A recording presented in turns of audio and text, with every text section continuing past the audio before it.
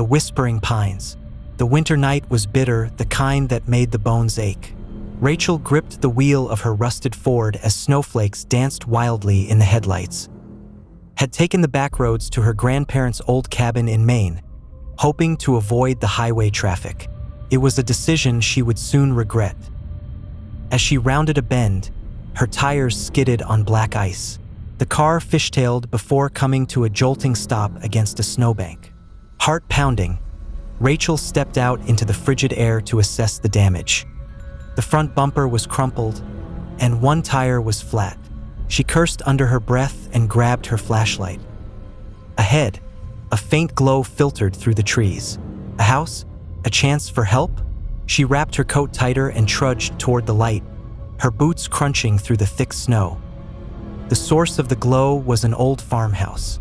Its windows flickered with the warm light of kerosene lamps. Relief washed over her as she knocked on the heavy wooden door. Moments later, it creaked open to reveal a gaunt, elderly man with hollow eyes and a pale face. "Car trouble," Rachel explained, shivering. "I need to call for a tow." The man hesitated but eventually nodded, motioning her inside.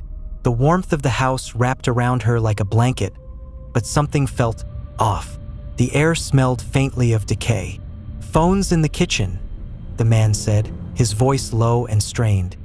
Rachel walked through the dimly lit house. Family portraits lined the walls, their subjects staring with empty eyes. In the kitchen, she found an old rotary phone and picked it up, but the line was dead. "Figures," she muttered, turning back toward the living room. The man was gone. Instead, a younger man stood there, his face eerily similar to the elderly man's, though unlined by age.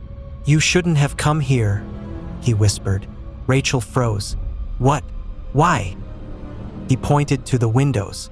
Outside, shadowy figures moved among the trees, circling the house.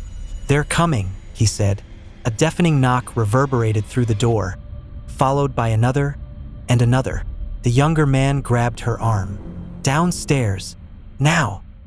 He led her to the basement, where the air grew colder. Rachel's flashlight beam swept across the stone walls, revealing scratch marks and dried blood. She turned to demand an explanation, but the man was gone. The basement door slammed shut above her. Rachel's breath fogged in the freezing air as whispers filled the room. She turned, her flashlight landing on a pile of bones in the corner. Then she saw it, a photograph nailed to the wall. It was her, standing outside the farmhouse. Before she could scream, the whispers rose to a deafening roar.